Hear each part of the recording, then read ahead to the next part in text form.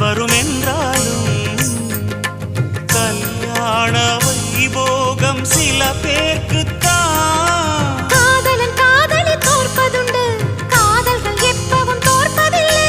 ஓர் மனம் ஒருவரை ஏற்பதுண்டு, இன்னொரு உறவினை ஏற்பதில்லை. நிறமா